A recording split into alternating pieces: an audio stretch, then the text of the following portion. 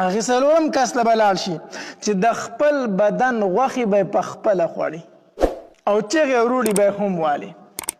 ده ته به وایي ای ابعده، ای د الله د رحمت نه ناامیده، ای ذلیله انسانه، زمونږ د جهنم دا شته عذاب لږ دی چې ستا د هم ډېر په عذاب کې. دا ولې تا په دنیا کې کومه ګناه کړې چې داسې سخت عذاب کې مبتلا یې؟ دی به ووایي ما دوه ګناهونه کول. نو دنیا کې څو ګناهونه کول؟ دوه ګناهونه کول. کم کان یاکل لحوم الناس بالغیبة ویمشي بالنمیمة. ما یو دا چې د خلکو مې به غیبت کو او دویم دا چې ما به چغلي کوله. د بل مسلمان عزت په ما خرابو، دا زما کارو. او دویمه ګناه مې به دا وه چې چغلي مې به کوله، دوه تنه به ما جنګول چې ما به د دوو تنو په منځ کې جنګ نه ورخ کړی که نه په ما به وخت نه تېرېدو. بعضې خلک یې داسې که نه ده چې د دوو مسلمانانو په منځ کې جګړه نه یې رخ کړې، په ده ټایم نفاس کېږي. نبي علیه الصلاة والسلام فرمایي څلور جهنمیان داسې دي چې دوی نه به نور جهنمیان څه غواړي؟ پناه غواړي. نور جهنمیان به تې پناه غواړي.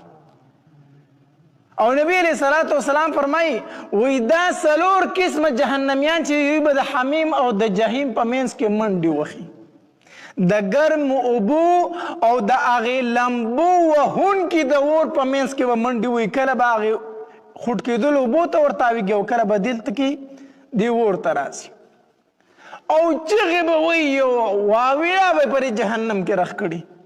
دا جهنمیان به راټول شي چې یو بل ته خو راباندې د جهنم عذاب دی، د جهنم عذاب دی. بل ته دې څلور قسمه خلکو نه موږ نور په عذاب کې یو، دوی زموږ په عذاب کې نوره اضافه کړې ده. نو دا جهنمیان به راغونډ شي، راځئ تپوس دې وکړو چې دوی ته ولې دوره تکلیف دی؟ په دې جهنم کې خو موږ هم یو او دوی هم دي، نو دوی ته ولې دومره غټ تکلیف دی؟ دوی ولې دومره فریاد کوي چې موږ ته هم تکلیف راکړی دی؟ په دې څلورو تنو کې حدیث مبارک کې راځي یو به هغه کس وي چې په زنځیرانو کې به تړلی شوی وي، علیه تابوت من جمر، او د سروټکو یو صندوق پکې پروت وي، خپې کومې زنځیران پراته وي او د پاسه پې د اوسپنې یو صندوق وي او هغه صندوق به د سکروټو د اورو ډک وي. دا به په ده باندې بار شوی وي. دویم قسم نبی علیہ الصلوۃ والسلام فرمایي ورجل یجر امعاءه، دویم هغه سړی دی چې په ځان پسې به کلمې راکاږي او په جهنم کې به یو ځای بل ځای له ځي، کلمې به پسې راښکل شي. دریم نبی علیہ الصلوۃ والسلام فرمایي ورجل یسیل فوه قیحا ودما، دریم هغه کس دی چې د هغه د خولې نه به وینې او زوی بهیږي او ګندګي به د خولې نه روانه. او څلورم نبی علیہ الصلوۃ والسلام فرمایي ورجل یاکل لحمه، څلورم هغه تن دی چې د خپل بدن غوښې به راشوکوي او خوري به او چیغې به هم وایي. د خپل بدن غوښې به راشوکوي او خوري به او څه به وایي؟ چیغې به وایي. نو دا جهنمیان به راټول شي په دوی پسې. نو اول به د اول کس لاړ شي چې چا په ځان باندې د اوسپنې صندوق ایښی و، نو هغه ته به وایي یا ابعده، یا ابعده، ای د الله د رحمت نه لري، الله دې تابع کا، الله دې برباد کا، الله دې هلاک کا، تا خو زمونږ په دې عذاب کې نور مونږ له اضافه کړي، تا ته څه تکلیف دی؟ ولې ستا عمل څه و چې دومره سخت عذاب الله درکوي؟ ستا کم عمل و؟ نو دی به وایي چې ما به پردي حقونه خوړل، ما به څه کوله؟ ما به پردي حقونه خوړل، د چا مې پوله والي، د چا مې کور اغستی، د چا مې پیسې پټې کړي دي، د چا مې په زور ځمکه اغستې ده، ما نه دا پردی حق مه ما لاندې کو. نو اوس راته دا عذاب دی چې په خپو کې مې بیړۍ پرتې دي او د پاسه راباندې د اور صندوقونه پراته دي. بیا به دې دویم ته لاړ شي او ده ته به دا جهنمیان وایي ای ابعده، ای د الله د رحمت نه لري، الله دې هلاک کا، الله دې تباه کا، ای ذلیل انسانا، مونږ دې په عذاب کې کړي یو، تا کوم عمل کړی چې به ځان پسې کلمې راکاږي؟ کوم عمل دې کړی چې به ځان پسې کلمې راکاږي؟ نو دی به ورته ووایي ما د وړو بولو نه ځان نه بچ کړو. په دنیا کې زما کم ګناه وه، ما د وړو بولو نه ځان نه بچ کړو. معنی دا چې په بدن کې به کم ځای ولګېږي زما پروا نه وه. ښه نو کوم انسان چې د ځان د وړو بولو نه بچ کړي نو معنی څه بېلمازه و که نه؟ څو بېلمازه و. کوم سړی چې مونځ کوي نو ځان د بولو نه بچ کوي که نه بچ کوي؟ خو چې کوم سړی مونځ اودس نه کوي نو د هغه اودس د سره نه وچوي نو دغه څه پخپو خو دې دغه واړه بول بهیږي. نو معنی دا سړی بېلمازه و، مونځ به یې نه کو، د وړو بولو نه به یې ځان نه بچ کو. دې درېیم کس له به راشي چې د خولې نه یې دا وینې زوي بهېدل، دا وینې زوي چې د خولې نه بهېدل، ده له به راشي ده ته به وایي چې ای ابعده، ای د الله د رحمت نه لري، ستا کوم ګناه دی چې د خولې نه دې داسې بدبویي روانه ده او داسې ګندګي تې بهیږي؟ تا په دنیا کې کوم ګناه کړی دی؟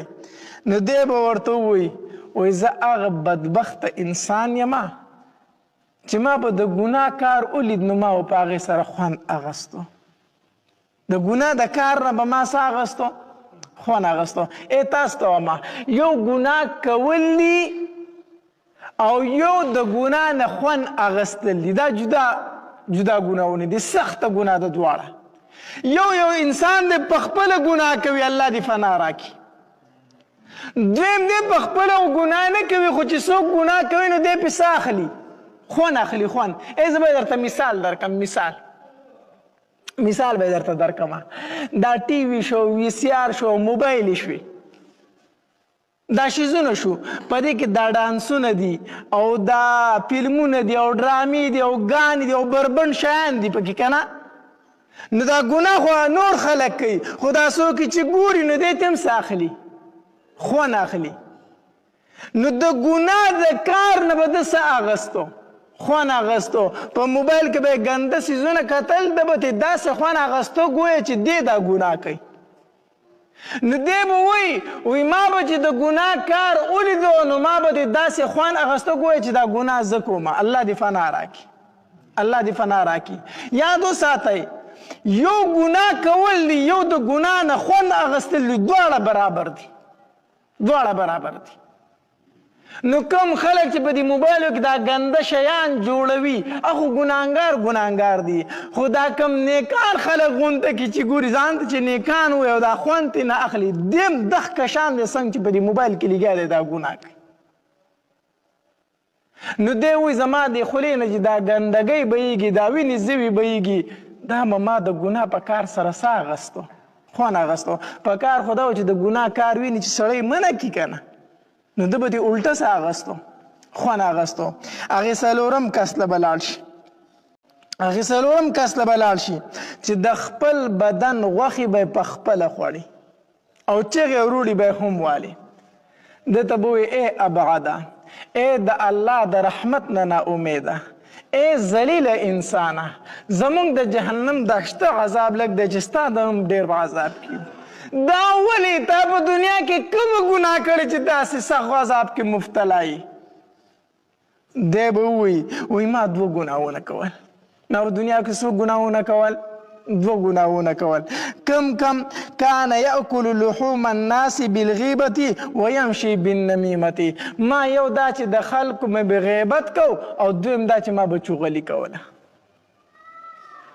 د بل مسلمان عزت په ما خرابو دا زما کارو. او دویمه ګناه مې به دا وه چې چغلي مې به کوله، دوه تنه به ما جنګول چې ما به د دوو تنو په منځ کې جنګ نه ورخ کړی که نه په ما به وخت نه تېرېدو.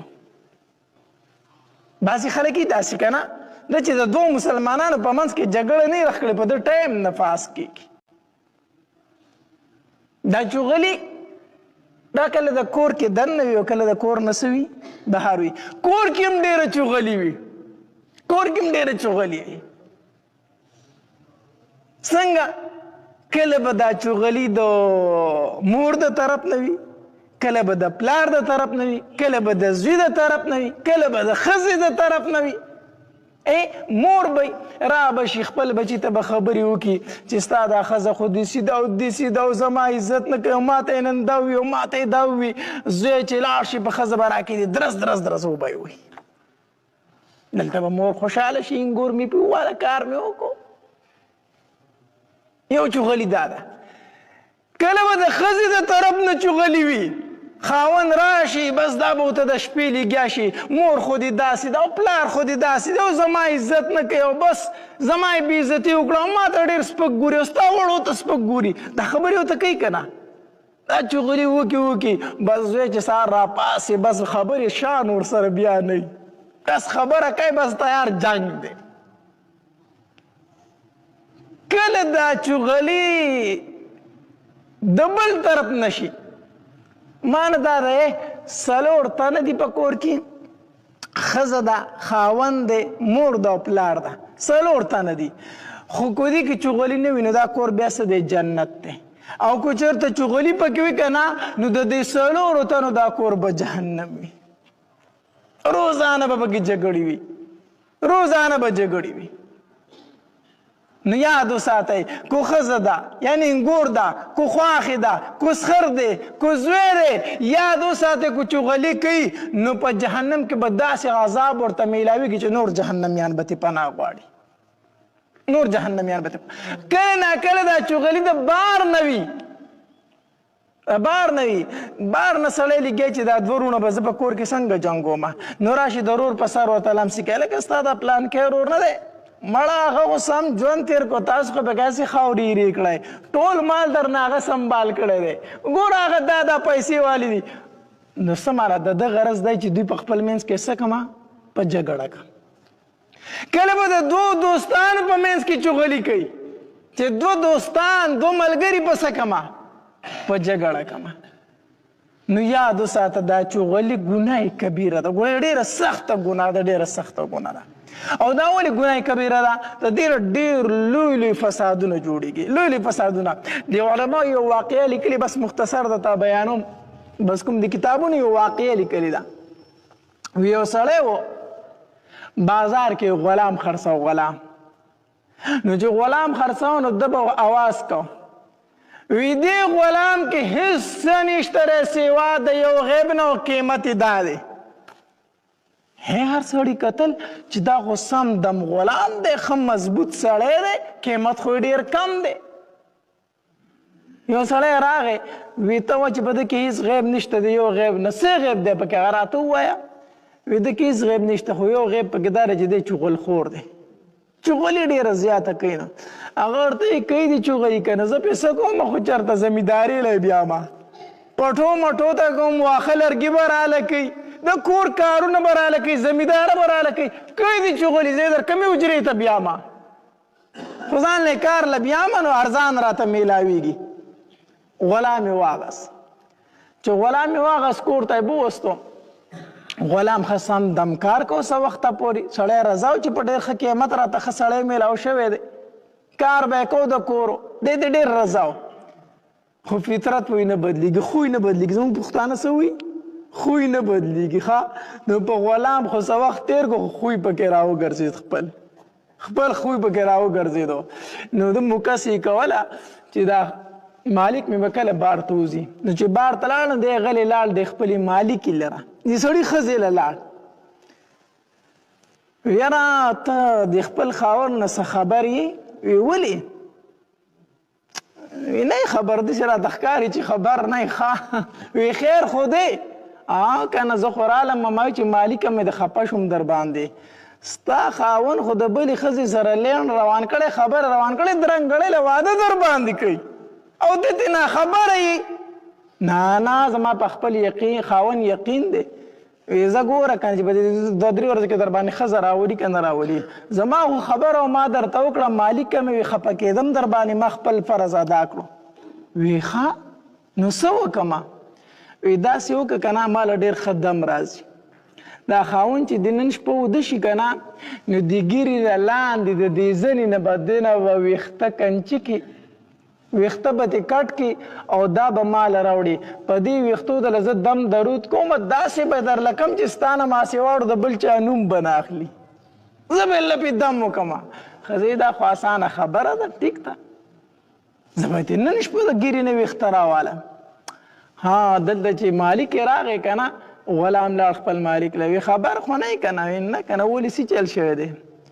وی ته به خفه کېږې خو ستا د ښځه چې ده نه دی د بل چا سره تعلق دی، د بل چا سره چپ شوي دا څه وایي؟ زه درته صحیح وایم که نه؟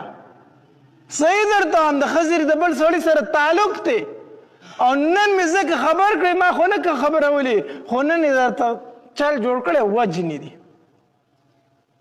نه یقین مې نه راځي. وی زه صحیح ده، ټیک شو، نن شپه ته وده کېږه، ویښ اوسه او ته بیا ګوره چې څه کېږي. نن شپه دې وجنې پرېږدي دي چېرته؟ سړي وی ښه، سړي خبر ذهن ته واچوله که نه. شپه شوه، سړی راغی سملاستو، چې سملاستو ښځه سملاسته، و سړي سره چې د مرګ یری چې ما څوک وجنې هله خوب ورسي، خوب هغله چېرته ورته، خو په کټ ملاست دی، چې ملاست دی هسې خراټې شروع کړې، خرلاړې شروع کړو. ښځه پوه شوه چې خاوند مې څه شو؟ اوده شو. چې غلی پورې ته خبره کوم ښه، چې دا ولې دومره غټه ګناه ده؟ ښځه پوه شوه چې خاوند خو مې اوده شو که نه، غلې پاسېده، چاړه یې راواغسته، چې دلته کې تېره چاړه دی او دوه درې ویښته بتي وم راوبایلم غلام له وم چې دم راله پې وکړه چې خاوند مې ښه شي. ښځه چې راپاسېده او چاړه یې د سړي مرۍ ته داسې کړه چې هغه پې راپاسېدو، لاس یې ولې ما خو چې دا دروغ دی خو په رښتیا دي، ته خو ما لالی، دا خو رښتیا ما ته هغه ویلي دي. د ښځې د لاس نه یې چاړه اخیستې، ښځه یې څمه کړې ده، په چاړه یې لاله کړې ده. ښځه یې څه کړې ده؟ الاله کړې. او سار شو سړي ښځه الاله کړې ده، دلته د ښځې رونه راورسېدو، سړی یې الال کو. سړی تا زمونږ خور ووژله، سړی یې لال کو. ها علماو لیکلي جنګ شروع شو 50 مړي پکې وشو، 50 مړي وشو. د څه د وجې نه؟ د چغلۍ د وجې نه. څه د وجې نه؟ د چغلۍ د وجې نه. ته خو وایي ما لمسه وکړه خبره خلاصه شوه، ستا دا لمسه به 2 خاندانونه تباه کړي، خاندانونه تباه کړي. ستا د خولې نه کومه زخریله خبره وتې تا ته د دې اندازه شته؟ نو ای رونو دا درته وامه چې کوشش کوه چې د 2 مسلمانانو په منځ کې څه راولئ؟ روغه راولئ، جوړه راولئ. حدیث مبارک کې راځي دروغ ویل ډېره لویه ګناه ده. څومره لویه ګناه ده؟ حدیث مبارک کې راځي چې کله انسان دروغ وایي که نه، د ده د خولې نه دومره بدبویي شروع شي که نه چې د د خوا نه فرښتې وتښتي. فرښتې د بدبویۍ نه ډېر نفرت کوي. چې کله دې دروغ شروع کړي د خولې نه بدبویي شروع شي، فرښتې ته لاړې شي، چې لاړې شي که نه او دې دا دروغ بس کې بیا فرښتې راشي. خو په یو څو صورتونو کې دروغ ویل جایز دي. کم صورتونه؟ د 2 تنو په منځ کې چې روغه کوي که نه، نو دغلته دروغ ویلی شي، دروغ ویل شي. ته یو تن له لاړې که نه، ته ورته ویله که هغه سره روغه وکړه، ګوره هغه ستا ورور دی، ستا نسبي دی، ستا به په کار راشي. دی وایي زه د هغه سره روغه کوم، زه د هغه په غوښو نه مړېږم، ته ما ته چې روغه ورسره وکړه. ته چې هلته لاړې که نه، هغې بل ته وایي هغه وایي دا خو زما رور دی، ستا په صفتونو نه مړېدو، حالانکې هغه څه ویلي زه یې په غوښو نه مړېږم، ته ورته څه وایي؟ ستا په صفتونو نه مړېږي. دروغ ووایه. دې دروغو کې ګناه نشته، بلکې څه دی پکې؟ ثواب دی پکې. غرض مې د خبرې دا و چې ګوره د خپل رور مسلمان عزت مه خرابوئ. ډېره لویه سخته ګناه